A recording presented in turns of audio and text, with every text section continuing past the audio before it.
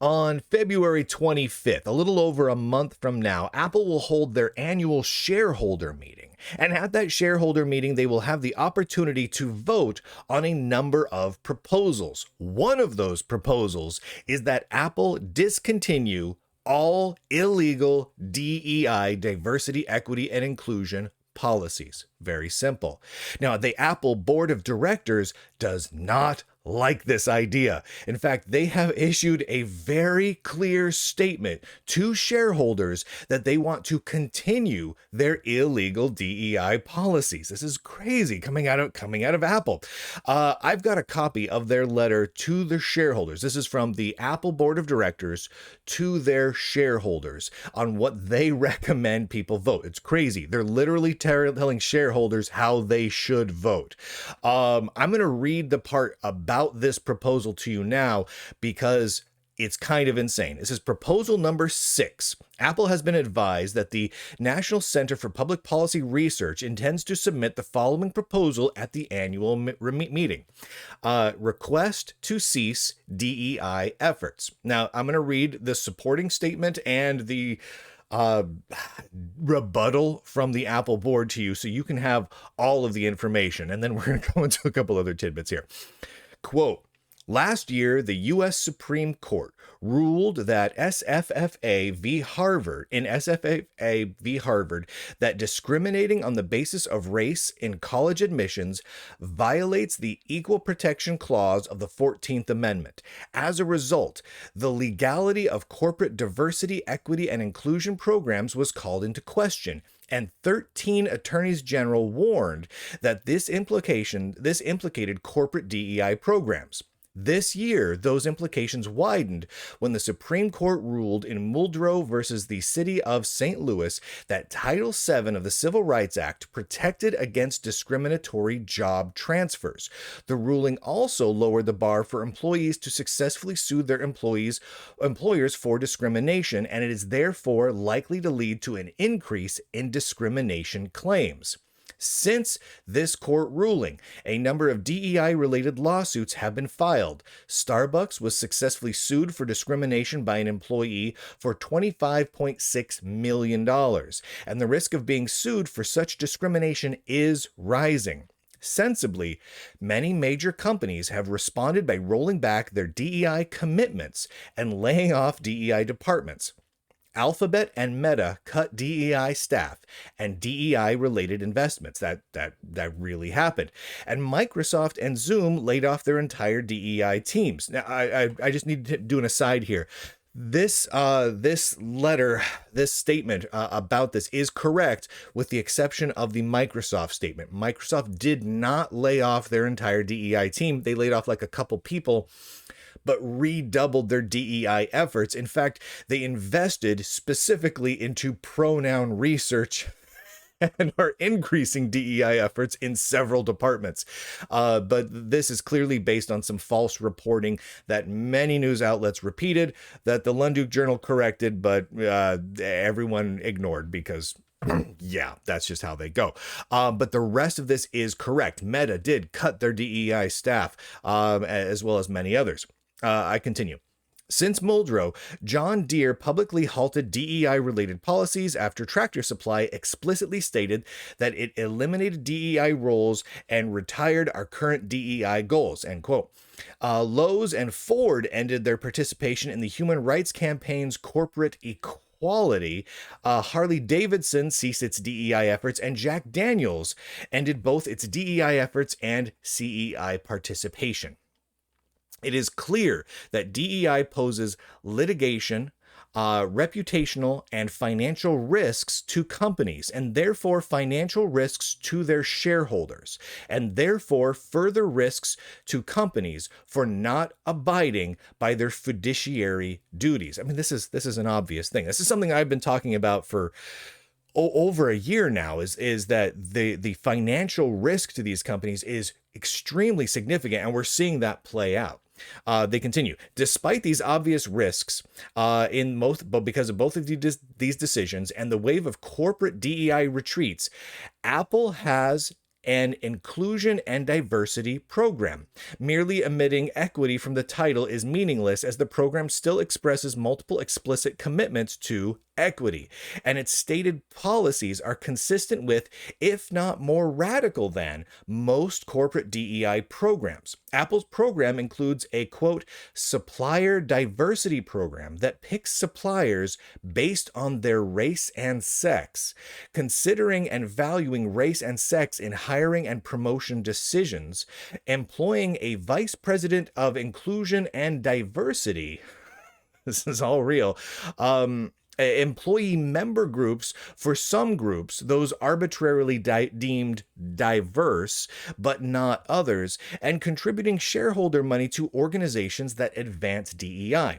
With 80,000 employees, Apple likely has over 50,000 who are potentially victims of this type of discrimination. If even only a fraction of employees file suit and only some of those prove successful, the cost to Apple could reach tens of billions of dollars. They're not wrong. I mean, that's just math and logic. Resolved, the shareholders request that the company consider abolishing its inclusion and diversity program, policies, department, and goals, end quote. Very straightforward, right? Now, to be clear, Apple does have, if you go to apple.com/diversity, they have a big inclusion and diversity program. They talk about equity a lot, and I mean a whole heck of a lot. They focus on racial diversity issues, employing people because of their gender, because of their skin color, because of who their grandparents were, and including making judgments about what companies they do business with because of that. And they do indeed have a VP of diversity, essentially. This is Cynthia Bowman. She stepped into that role in 2024, just this last year, and took over that particular role. So everything they've said there is true. The only one factual quibble I will have is that Microsoft isn't actually getting rid of their DEA programs. All the other companies are, but not Microsoft in this case. But what's interesting about all this is that in response to this, Apple isn't saying, okay, well, shareholders, since you're the owners of the company, you guys go ahead and vote on this proposal, right? The ones who have voting shares, go ahead and vote. They're coming out and saying how they should vote. The board is literally issuing a statement against proposal number 6. I'm going to read it to you now because I found it to be annoying, aggravating, and minorly insane. And if I was an Apple shareholder, I would be deeply concerned. Quote, the board recommends a vote against proposal number 6 because, 2 bullet points.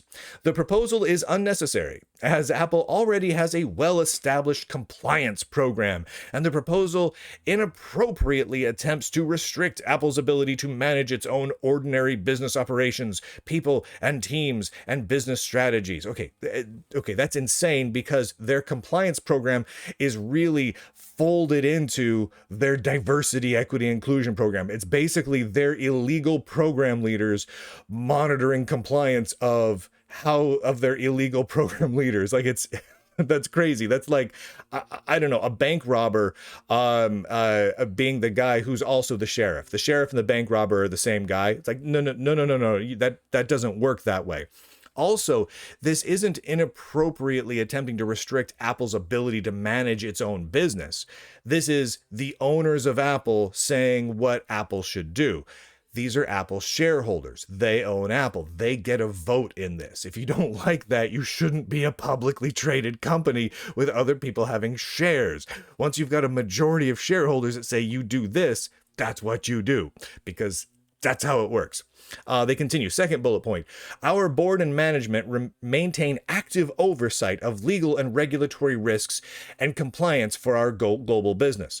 Okay, that was Meaningless. Again, an entirely meaningless statement. If they are maintaining active oversight, they're doing a real crap job of it, because companies all around them are being sued right and left. Just to bring this out here, so I've covered recently how employees have been speaking out about the discrimination against people based on skin color and gender in hiring and firing policies within companies, including inside of Apple. Now, on January 1st, I put out a show. This was just 2 weeks ago, a little over 2 weeks, entitled Employees Speak Out. Google, Apple, Microsoft, and Intel discriminate against white men. And in that, I included one statement from a very prominent public past developer of Apple, who mentioned that he had seen exactly that sort of discrimination happening inside Apple. Since then, I have had two current employees of Apple reach out to the Lunduke Journal on the condition of anonymity, because they currently work there, stating that, yeah, this is currently going on, and yeah, people are being discriminated against at Apple right now based on the color of their skin and their gender. It's happening literally right now. Just to move ahead a little bit here, and the lawsuits that are happening are nonstop across the industry. I mean, the IBM and Red Hat lawsuits are the ones I like to point to the most, but because they're really fundamentally interesting, and there's such a wealth of evidence about the discriminatory policies from Red Hat and IBM. So it's almost assuredly that IBM and Red Hat are going to lose some or all of these lawsuits. But the reality is, they're all over the place. These lawsuits are coming fast and furious, and Apple faces them whether it wants to or not. If truly the Apple board, as they are saying in their opposition to proposal number 6, are maintaining an active oversight of legal and regulatory risks and compliance for their global business, well, they're doing a terrible job of it. Because it is obvious to anyone who even casually monitors what is happening within the computer industry to see that the writing is on the wall. Apple's gonna get sued about this stuff if there's not already lawsuits in progress. So, they continue. At Apple, we believe that how we conduct ourselves is as critical to Apple's success as making the best products in the world. We seek to conduct business ethically, honestly, and in compliance with applicable laws and regulations, and our business conduct and compliance policies are foundational to how we do business. And we strive to create a culture of belonging where everyone can do their best work. The proposal is unnecessary, as Apple already has a well-established compliance program. Oh, there's a compliance program. Well, it's okay if you break the law because you've got a compliance program. The proposal also inappropriately attempts to restrict Apple's ability to manage its own ordinary business operations, people and teams, and business strategies. Apple is an equal opportunity employer and does not discriminate in recruiting, hiring, training, or promoting on any basis protected by law. That is a lie. That is factually untrue. Apple's own stated policies state that is not true, and evidence coming out from current and past Apple employees show that, yeah, Apple acts on those policies. That's a lie. This is the Apple board lying to their shareholders. I would like to point out that a board of directors lying to their shareholders regarding their annual shareholders meetings, that is a legal issue. The shareholders have a valid legal complaint, because that is a lie, a provable lie, based on just the information on Apple's website located at apple.com/diversity. Just the words currently on that website as of January 16th, 2025, prove that Apple directly lied and misled their shareholders. Apple shareholders, take a look. I'm just pointing this out. Blah, blah, blah, blah. Apple seeks to operate in compliance with applicable non-discrimination laws, both in the United States and the many other jurisdictions in which we operate. And in that regard, monitors and evolves practices, policies, and goals as appropriate to address compliance risks. The proposal inappropriately seeks to micromanage the company's programs and policies by suggesting a specific means of legal compliance. So what Apple's literally complaining about here is they do not like that the shareholders are proposing a means of legal compliance. The shareholders pointed to the fact that Apple has illegal policies that it is currently enacting in federal and state law, where federal lawsuits, suits that have gone up to the Supreme Court, states attorneys general's lawsuits against, and individual employee lawsuits against multiple companies in their same industry happening right now, all about the exact thing that they're talking about here, proving that they don't stand a snowball chance in hell of surviving the onslaught of lawsuits here. And what Apple's board is upset about is that they're suggesting a specific means of legal compliance. How dare you suggest legal compliance? Oh, you're suggesting here's a way we can be legally compliant? Oh, that's micromanaging. I'm sorry, but that's insane. The shareholders have an absolute responsibility. If a company is breaking the law flagrantly in their policies, to say, let's change the policies. Now, Apple has a bit of a problem here. Even if they change the policies right now, Apple is still going to be liable for the damages, real or perceived, previously, right? Up until that point. But if they change the policies now, at least they can stem the tide. At least they can put up a dam and say, okay, we're not going to break the law anymore. So we're going to limit the potential fallout here. Let's make it as small as possible, because even though Apple has a ton of money, a huge amount of money, they got mega bucks, right? They've got Scrooge McDuck money bin style money, but that doesn't mean it can't be emptied. Scrooge McDuck's enemies emptied his money bin regularly on DuckTales. And I'm just saying that's really possibly about to happen with Apple. And if I were Apple shareholders, I would be furious at what they're doing with my money. I'm not an Apple shareholder, though, because I wouldn't invest in a company that commits this many crimes. Our board and management, I'm going to skip ahead a little bit here. Our board and management, because most of this is just like, we're really good and we like goals and we're great people, so you shouldn't tell us what to do. That's what most of this is. Our board and management maintain active oversight. Apple's audit committee oversees business conduct, legal and regulatory risks related to Apple's global businesses, and Apple's people and compensation committee assists the full board in its oversight of Apple's strategies, blah, blah, blah, blah. At the management level, Apple's senior vice president, retail plus people, there's really a plus sign in that person's title, is focused on matters affecting our people and teams. And within Apple's legal teams, you don't put a plus sign inside your title. You go, I'm the vice president of happiness plus shoes. Don't put a plus sign there. Team members led by our senior VP of general counsel and our chief compliance officer are focused on legal compliance across our global operations. Now, what's great about that last statement there is it means nothing. It literally is just listing, we have employees at our company and some of their titles suggest that they would have already figured this out. So therefore, you shouldn't tell us to stop breaking the law. It's just insane. I'm sorry. That's not a reason to continue breaking the law, because you already have an employee that should have caught the fact that you're breaking the law and stopped you. That's not a reason to keep breaking the law. I don't know if the board realizes how crazy they sound, but I'm pretty sure a lot of the shareholders do. For all the reasons above, the board recommends a vote against proposal number 6. Proposal number 6 requires the affirmative vote of a majority of the shares present or represented by proxy and voting at the annual meeting, and a majority of the shares required to constitute a quorum. Okay.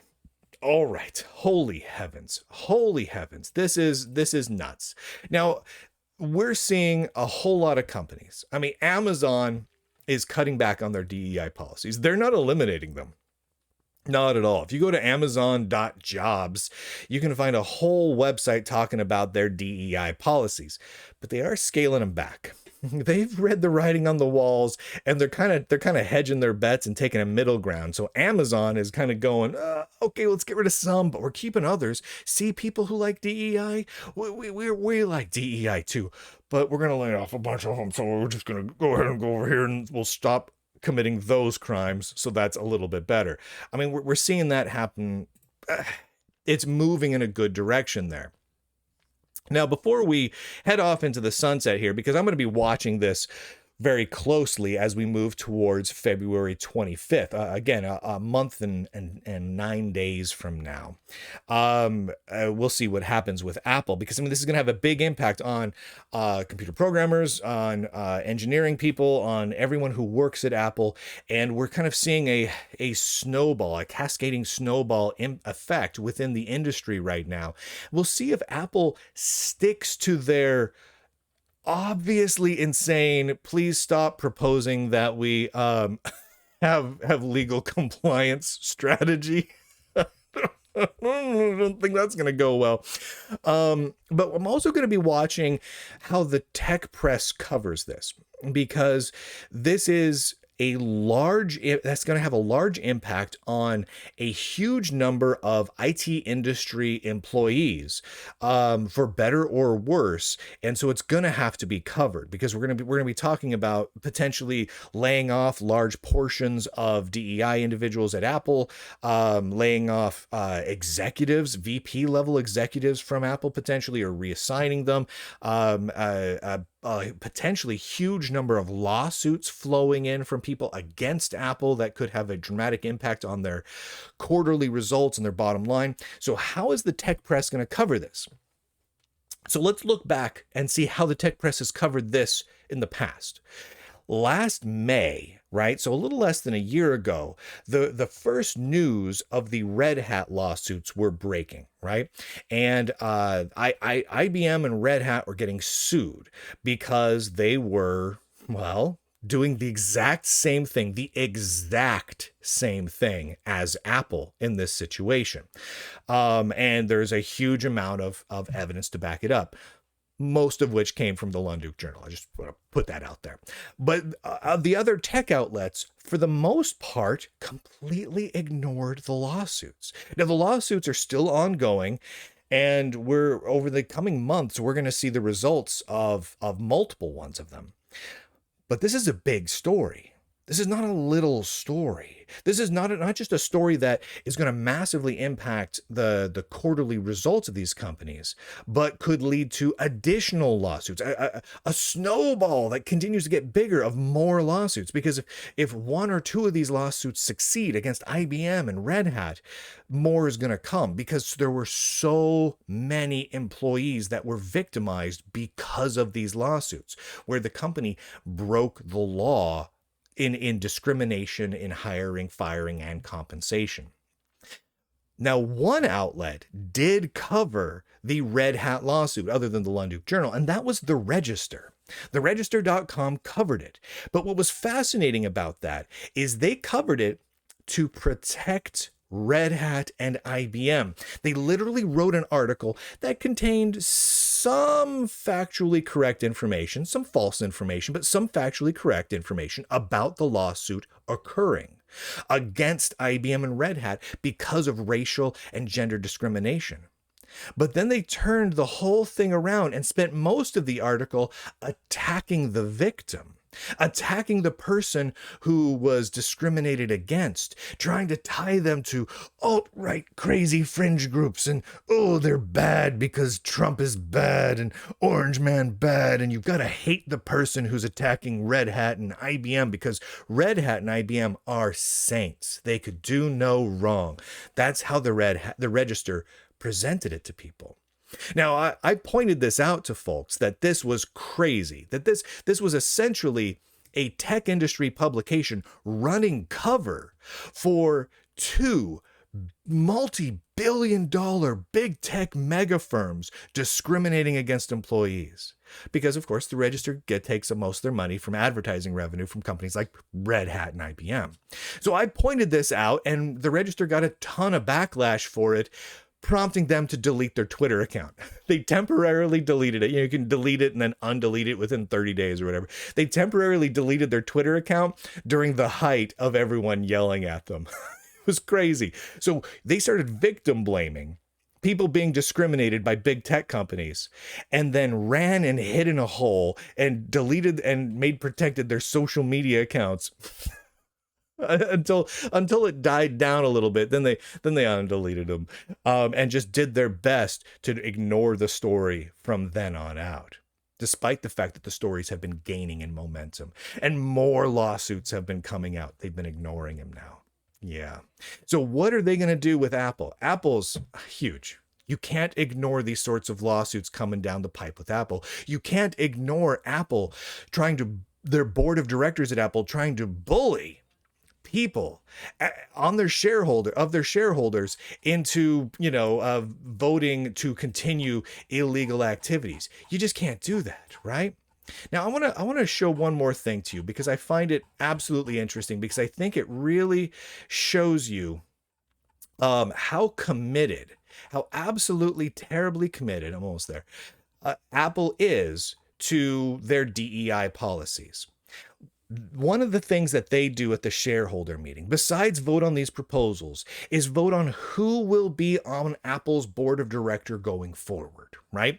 And so what they'll do is they have a set of bios set up of all the people that they're proposing to be on their next board of directors.